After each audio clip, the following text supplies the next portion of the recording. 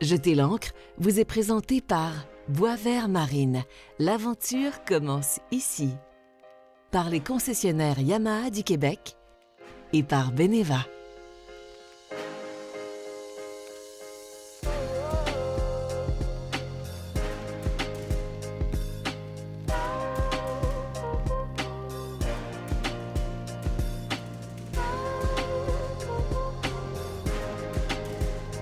Il n'y a pas beaucoup d'endroits aussi calmes que cette belle dune ici à Bouctouche. Pour notre troisième émission depuis le sud-est du Nouveau-Brunswick, on vous fait découvrir la marina de Bouctouche. Bienvenue à Jeter l'ancre.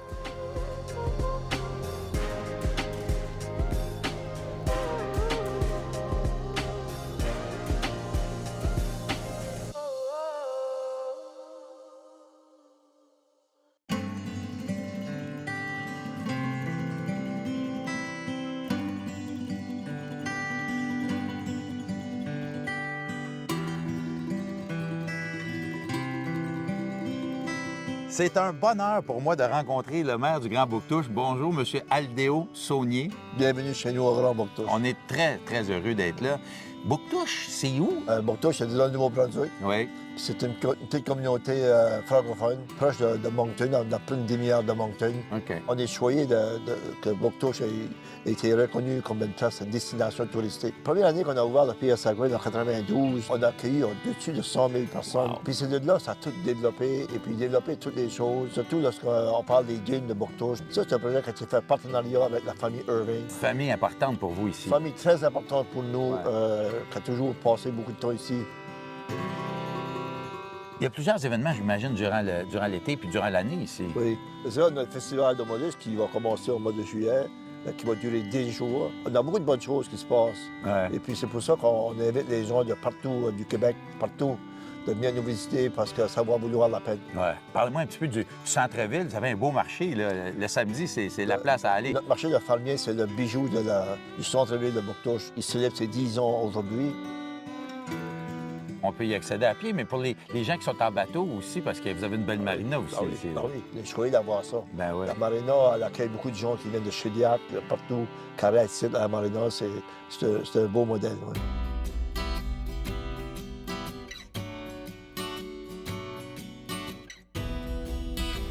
Jean Nolan est le directeur de la marina ici de Bouctouche. Où est-ce qu'on est situé exactement ici? Là? On est situé sur la pointe du moulin. Il y avait un moulin en bois avant, Ah oui? ici. Puis c'est ça le nom de la marina. Bassin de bateaux à la pointe du moulin. Parlez-moi un petit peu de la grosseur puis tout ça. Là. Il y a combien de bateaux? Il y a 52 bateaux. Puis les services qu'on offre ici à la marina, qu'est-ce qu'on retrouve? Comme on a de l'essence, du diesel, des douches, une cuisine.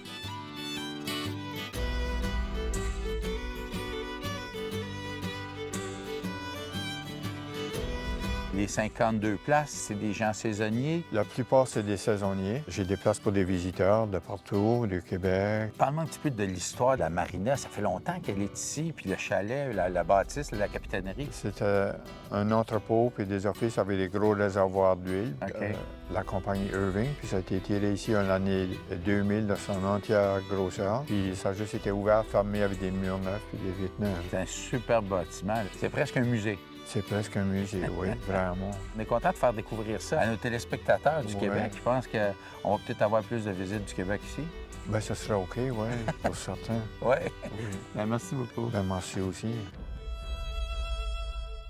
Plaisanciers, naviguez en toute sécurité avec Suivez la vague et Nautisme Québec. Michel, il y a de plus en plus de motomarines sur les plans d'eau. Effectivement, le segment, José, de vente qui est le plus en progression est celui des motomarines. Facile à comprendre d'une certaine façon. Les anciennes motomarines qui étaient des motomarines destinées au lac, maintenant, on parle de motomarines de tourisme. On parle de motomarines pour aller faire à la pêche. Des motomarines qu'on peut même faire des sports tractés. Des motomarines sportives qu'on peut sauter les vagues et tout. Donc, le segment a vraiment pris une expansion. Puis on peut se déplacer pour faire un séjour maintenant. Ah oui, bien J'ai des gens qui partent de Québec, vont faire un arrêt à Trois-Rivières, vont faire un arrêt à Montréal, coucher à Montréal, repartir le lendemain. Les motomarines sont beaucoup plus confortables à naviguer. On peut être 2, on peut être 3, on peut être 4 maintenant sur des motomarines. Donc, vraiment, on s'approche de la petite embarcation bateau tout en ayant le thrill et l'expérience de l'efficacité et de la rapidité. Au niveau des recommandations de sécurité, Michel, qu'est-ce que tu leur recommanderais? Bon, évidemment, les motomarines, c'est quand même des machines performantes. Il faut quand même être conscient qu'on va excessivement vite sur l'eau, 100, 110, 120 km/h. Les autres bateaux n'ont pas cette vitesse-là. La réglementation peut venir à changer. Bien, évidemment, il faut être quand même conscient que, exemple, un manque de civisme extrême va apporter des municipalités à apporter une réglementation pour contraindre justement l'utilisation de certaines motomarines dans des endroits prédestinés. Puis la location, c'est plaisant d'en faire. On a plusieurs endroits maintenant où on peut en faire. Effectivement, la location, c'est la meilleure porte d'entrée avant un achat. Sur une période de 3 heures, 4 heures, on peut même choisir quel type de motomarine on veut.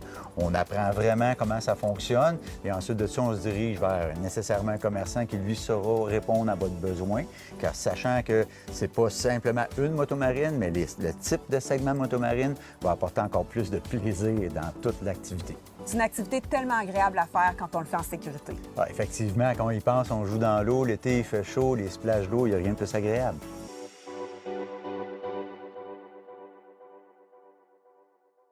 Sur l'eau, chaque instant compte. Que vous cherchiez détente ou sensation forte, le bateau parfait vous attend chez Boisvert Marine.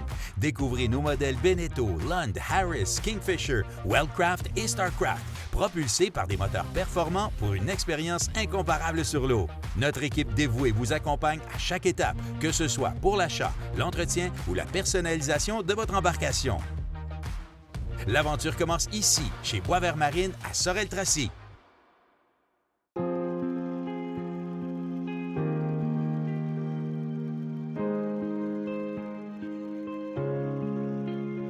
Joanne, tu es la directrice de l'Éco-Centre Irving ici à la dune de Bouctouche. Premièrement, c'est quoi la dune de Bouctouche? Mais la dune de Bouctouche, c'est une flèche qui s'allonge dedans le détroit de Northumberland à 12 km de long. Sur la dune elle-même, on a une passerelle de 1 km où ce que les gens sont capables de l'apprêter pour apprécier la nature, apprécier qu'est-ce qu'il y a de chaque côté. Ça veut dire qu'ils peuvent apprécier la plage, comme qu'ils peuvent apprécier qu'est-ce qu'il y a dans la baie de Bouctouche, surtout la culture d'huîtres. Ça, c'est important ici, là. Il y en a des huîtres, là. Oui, surtout à l'intérieur de la baie, on a plusieurs dizaines de milles de cages d'huîtres qui sont là. Et ces huîtres-là sont exportées en Amérique du Nord et maintenant en Europe. Donc, quelqu'un qui vient ici pour visiter, il y a comme un centre d'interprétation. Vous allez leur donner de l'explication sur tout ce qui se passe ici. C'est ça. En entrant ici, ils vont passer par l'information, ils vont entrer, ils peuvent aller prendre leur marche qui est sur la dune. Il y a des panneaux d'interprétation sur plusieurs sujets ou plusieurs choses qu'on peut retrouver ici à la dune. Même la formation de la dune, le déplacement que la dune se fait pendant nos tempêtes. Ah oui? Oui. Parce que ça bouge avec les années. Avec les années, avec chaque tempête, c'est certain que la dune va se déplacer. Des endroits qu'elle accumule du sable, d'autres endroits qu'on perd du terrain. Ensuite, après ça, ils peuvent aller dans le centre d'interprétation où c'est qu'on a des diapositives, on a des montages, on a des kiosques. Donc, c'est un arrêt incontournable quand on vient à Bouctouche, là. C'est ça. Ben, c'est magnifique. Bravo pour le travail que tu fais. Merci.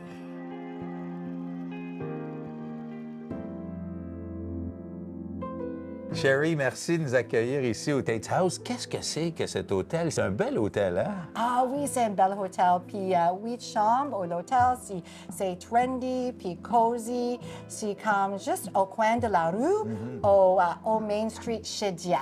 Et ça a été construit en 1911, c'est ça? Oui, c'est ça. Et là, on retrouve ici un restaurant magnifique. Le vibe, là, c'est toute personne, like 20 ans, Ouais. puis 79 ans, puis c'est gros. Correct. I OK, know, c'est I'm OK. correct. I'm OK. Mais Puis- c'est le fun, que Oui. c'est le vibe, puis la cuisine, puis c'est différent au Shediac. Qu'est-ce qui est la spécialité ici? La spécialité, mon favorite, c'est le crab cakes, mais la spécialité au Tate House, la viande. Ah Sur oui. le grill, sur le ribeye et le filet mignon. C'est vraiment bon. Et on regarde ici le bar, c'est magnifique. Oui, c'est le vibe et le speakeasy, mais le spécial pour le bar est un smoked Manhattan Ça, c'est un bon drink. avec du ananas. C'est comme c'est différent, hein? Oui. Ben, Sherry, merci beaucoup de nous avoir parlé du Tate House et surtout de son restaurant et de ce beau bar. Merci. Oh, merci beaucoup aussi. Cette chronique Assurance vous est présentée par Beneva. Cette semaine, on parle sinistre en assurance bateau. Un mot qu'on ne veut pas entendre, Pierre, mais malheureusement, ça arrive à l'occasion. Ça arrive, puis c'est pour ça qu'on s'assure. Ben oui, exactement. Quels sont les plus fréquents? Bien, les plus fréquents pour les bateaux, ce qu'on va voir, c'est les collisions avec le fond de l'eau, des objets flottants, les pieds de moteur, souvent. Ça, c'est le classique. On va voir aussi beaucoup de vols. Tout ce qui est sur une remorque, il y a un risque que ce soit volé. Donc, c'est pour ça que c'est important de dire aux gens, il y a souvent des engagements formels au contrat, des obligations des assurés, c'est-à-dire, en lien avec la remorque, on doit avoir une barrure qui est conçue spécifiquement pour une main de remorque, Ouais. pas un petit cadenas. Un petit cadenas numéro, là, ça fait pas... Un petit cadenas, ça ne marche pas. C'est sûr qu'ils vont partir avec. Donc, il faut vraiment avoir une bonne barrure. Il s'en vend de différentes catégories, Ben oui. différents prix. L'idée d'avoir ça, évidemment, ça vient compliquer la tâche des voleurs parce que les bateaux, c'est facile à faire disparaître. Ouais. C'est facile d'aller mettre ça sur un lac à quelque part un peu isolé, puis il n'y a pas personne qui va le retrouver. Et l'engagement formel, qu'est-ce que ça fait? Bien, ça fait en sorte que le risque pourrait ne pas être couvert s'il n'y avait pas de barrure au niveau de la main de la remorque. La franchise peut augmenter significativement si on ne respecte pas l'engagement formel. J'imagine aussi que le pied de moteur qui est un problème, on a eu la saison passée une fin de saison où il n'y avait pas beaucoup d'eau. Je ne sais pas s'il y a eu plus de réclamations, mais les gens doivent penser à ça aussi. Les gens pensent à ça aussi. Je pense qu'avec le temps, les gens ils s'ajustent en fonction, évidemment, du niveau d'eau. Ouais.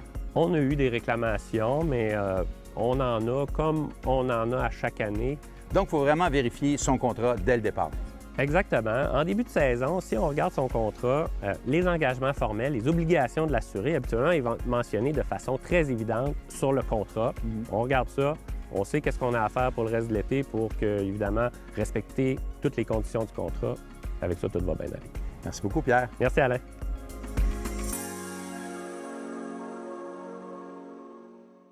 Le jour viendra où vous remarquerez que votre bateau commence à se faire vieux, où vous ne serez peut-être plus en mesure de créer des souvenirs sur l'eau comme vous aviez l'habitude de faire.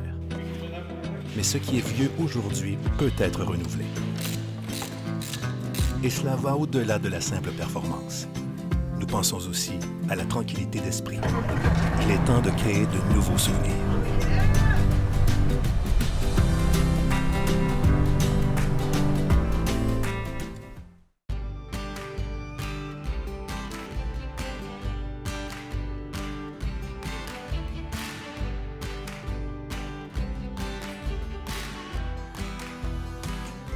Finalement, je suis au pays de la Sagouine, tellement content. Bonjour. Bonjour, bienvenue chez nous. Merci. Monique, tu es la directrice. Oui. Et c'est toi qui vas me faire comprendre qu'est-ce que c'est que le pays de la Sagouine. Oui, c'est moi qui ai le bonheur de vous accueillir. Le pays de la Sagouine, c'est un site touristique et culturel.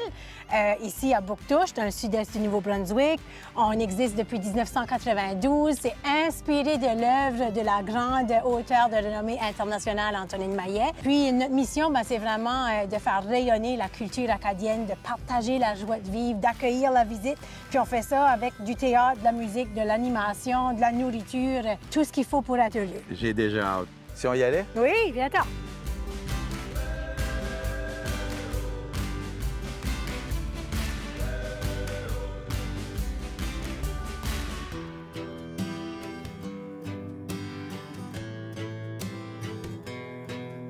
On est dans la vraie maison de la Sagouine. Dans la maison de la Sagouine, là, t'es dans la chaise, là. En Ça plus. fait que, oui, plains-toi, là, de toute cette énergie-là. Et elle craque un petit peu, c'est le fun. Moi, c'est un bon signe. Du caractère. Du caractère. Ouais. Les gens peuvent visiter ici. Les gens peuvent visiter les maisons. C'est pas un musée. Donc, le but de visiter la maison, c'est de rencontrer les personnages qui sont là. il y a vraiment beaucoup de storytelling. C'est comme ça qu'on partage des parcelles de notre culture, de la joie de vivre, de l'accueil, mais ça fait partie de l'expérience du pays de la Saguine. À une époque, Viola Légère était ici, elle jouait le rôle de la Saguine. Oui, Viola Légère a été au pays de la Saguine de 1992 à 2016. Ouais. Elle jouait le personnage de la Saguine. Elle a joué la Saguine au-dessus de 4000 fois. Wow. Aujourd'hui, Viola Légère n'est plus avec nous. Elle est décédée en 2023. Ça faisait déjà quelques années qu'elle jouait plus au pays de la Saguine. Mais le personnage reste vivant. Ouais. Même s'il n'y a personne qui joue le personnage tout de suite, c'est comme une énergie, une âme omniprésente. Tu sais, comme quand on perd une grand-maman, ben, même si physiquement elle n'est plus là, son énergie, son amour, son legs, c'est encore vivant. Puis nous autres, c'est notre responsabilité de protéger ça puis de garder ça vivant, justement.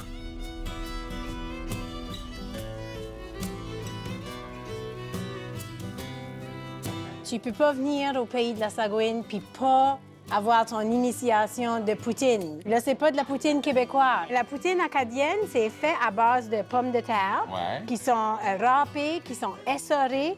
Puis là, à l'intérieur de ça, on met du porc salé.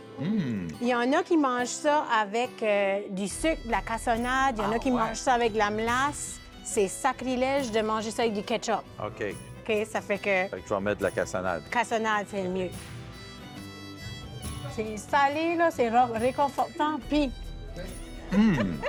Non, mais le salé puis le sucré, Ouais. moi, j'adore les pommes de terre, mais le porc aussi à l'intérieur, avec un petit peu de cassonade. Sais-tu quoi? J'aime ça plus que la poutine québécoise. Ah, tu savais.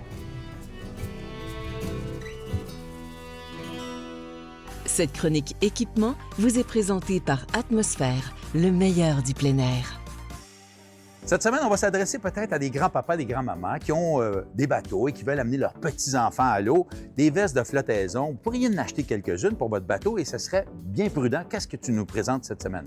Oui, en fait, il faut faire la distinction aussi entre apprendre à nager, puis avoir une veste de sécurité en bateau. Donc, pour apprendre un enfant à nager, ça peut être dans des baies peu profondes, sur le bord de l'eau. Il y a des super beaux accessoires qui existent, comme la ceinture avec des petits hippopotames qu'on va attacher à la taille, qui tiennent l'enfant droit. On peut enlever le nombre d'hippopotames selon le poids de l'enfant. Donc, pas trop lui donner de flottabilité pour qu'il apprenne quand même à se débrouiller. Même chose avec le ballon d'orso, que lui, on va enlever de l'air un petit peu. Lui, il va permettre une position un petit peu plus inclinée, plus en position nage, justement. Moi, j'ai eu ça quand j'avais 5 ans. Ça, c'est il y a 2-3 ans. Exact. C'est récent comme technologie, exact. C'est fou, hein? Ça marche! Exact. Il y a aussi les standards, les flotteurs au bras. Ben oui. Par contre, il y a aussi l'évolution de ça avec un panneau en avant, donc plus de flottabilité. Les bras aussi sont stables, restent à leur place. Très intéressant aussi. Tout ça pour apprendre à nager, se baigner tout doucement. Mais c'est pas des vestes de flottaison homologuées, là. Exact, c'est ça. Transport Canada a des normes strictes. On va aller de tous les poids, donc c'est important de connaître le poids de l'enfant, évidemment. Il y a quand même un certain ajustement qui est possible. Pour les tout petits en bas âge, devant les enfants, les bambins, un système qui est vraiment fait pour que quand l'enfant, s'il tombe à l'eau, la tête soit retenue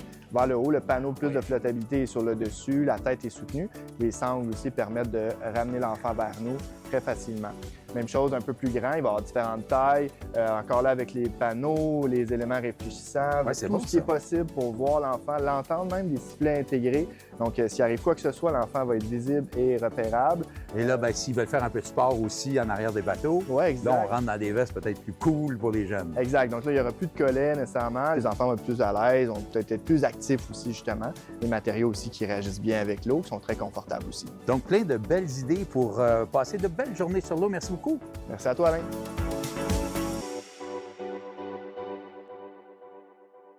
J'ai toujours trop changé d'idée. Fait que quand j'ai encore changé mon auto pour une moto, je me suis dit, faut que je change quelque chose. Ça fait que j'ai changé d'assurance. Avec Beneva, j'ai pu assurer uniquement ma moto. Là, je change plus rien, sauf ma coupe de cheveux. Changez pour Beneva.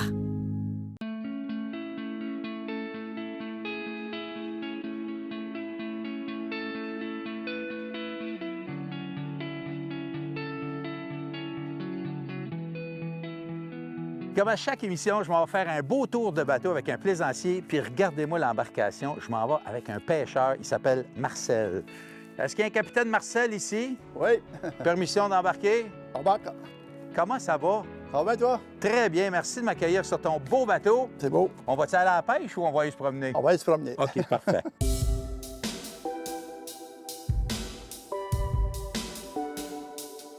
c'est la première fois en 19 ans qu'on fait ça. On fait toutes sortes de bateaux, des voiliers, des cruisers, mais là, un bateau, c'est un vrai bateau de pêcheur. Oui, c'est ça. Quelle sorte de bateau c'est? C'est un bateau fibre de verre. La marque, c'est Hostler. OK. C'est fait sur l'île du Prince-Édouard. Ouais, 45 pieds, il y a 15 pieds de large. C'est un vrai bateau de pêche. Il a l'air un bon moteur, là. Oui. 1000 force 4. Eh, c'est Paul. Ouais. Fait que ça pousse dans n'importe quel genre de mer. Ah oui, c'est bon. Ouais. Fait que là, tu pêches quoi? Parce que là, ça prend des permis de pêche, j'imagine. Là. C'est ça, commercial. Ouais, ça, je pêche le thon rouge. OK. Puis le platon. Ah ouais? Sur le platon au New-Brunswick, c'est juste une journée, normalement. Fait que là, j'ai la quota de thon rouge. Je pêche au mois de juillet, normalement. Faut que tu partes plus loin, là. Tu pêches pas ça ici. Là. On va à North Lake, sur l'île du Prince-Édouard. C'est un bon goût, ça. Ouais. Ça va me prendre au moins 9 heures, mais là. Ah ouais? Mais là, tu t'en vas pas aller-retour, j'imagine. Tu pars. Je reste là pour 2 semaines, 2-3 semaines. Ah oui? J'ai une usine d'homards, c'est ça. On va commencer le 10 août, à peu près. OK. Une usine d'homards, on m'a dit que c'était assez familial, votre affaire. Là. C'est ça. Moi, je suis la 4e génération. La 4e? Oui. J'ai un contrat avec mon grand-père de 1895. Ah ouais? Je suis du homard en Europe. Par voilier. En 1895. Moi, je suis la 4e génération, puis ma fille, avec moi, il y a les 105e. Pour un bateau de pêche, là, je veux dire, t'as tout là-dedans. Tu peux dormir là-dedans, tu peux dormir, te laver, tu peux cuire. Ouais. C'est comme un camper, on reste dedans. Ben écoute, Marcel, ça a été un plaisir. Merci beaucoup de nous avoir accueillis sur ton bateau. Puis on a toujours un petit cadeau pour les gens qui nous embarquent sur le bateau. Fait que d'inspiration nautique, c'est un petit bijou, peut-être pour toi ou ta femme. Ah, ben c'est beau. C'est une de nos téléspectatrices qui fait ça à la main. Aussi, de la brasserie Shawbridge, dans mon coin de pays, c'est du panaché. Fait que quand le bateau sera à quai, la journée est finie, prendrai un petit drink à ma santé. Ah, OK, bien, merci beaucoup. Merci encore. Merci, c'est bien fait. Merci. On fait des belles rencontres quand on vient dans des beaux endroits comme ça où il y a de la pêche. Lynn, t'es une pêcheuse? Oui, je suis une pêcheuse. T'as une licence de pêche, t'as un bateau de pêche. Parle-moi de comment ça a commencé, tout ça. Je pense que quand on dit qu'on a de l'eau salée dans les veines, je pense que ça m'est... C'est ça qui m'arrive. Puis je viens d'une famille de pêcheurs. Ça va être la 3e génération. Puis ça a toujours été mon rêve. Après avoir été 20 ans en business, j'ai dit « let's go », je l'ai fait. Puis j'ai pris les formations nécessaires. Puis ça va être ma première année en 2025. Je vais prendre la roue, puis je m'en vais m'en aller en mer comme capitaine. T'as hâte? Oui, j'ai hâte. Ouais. Je suis pas mal excitée. C'est beaucoup d'inconnus. J'ai beaucoup à apprendre. Je trouve ça tellement cool de réaliser son rêve, même un peu plus tard dans la vie, parce que t'as pas 20 ans. Non. Tu réussis à faire ça, tu as choisi de faire ça, puis là, tu y vas. Ça doit être une fierté personnelle. Oui, c'est vraiment une fierté, un accomplissement, puis je suis fière de ça. Je suis vraiment fière d'avoir fait le travail, puis c'est comme trippant, là. J'appelle mon père, puis je peux parler de pêche, puis je lui pose des questions, puis c'est cool. C'est pas mal excitant, ouais. Bien, écoute, j'espère avoir la chance de manger un homard que tu auras pêché un jour. Hey, je te le souhaite assez, là. Je suis sûr qu'il va être bon. Ah, ça va être le meilleur. Merci.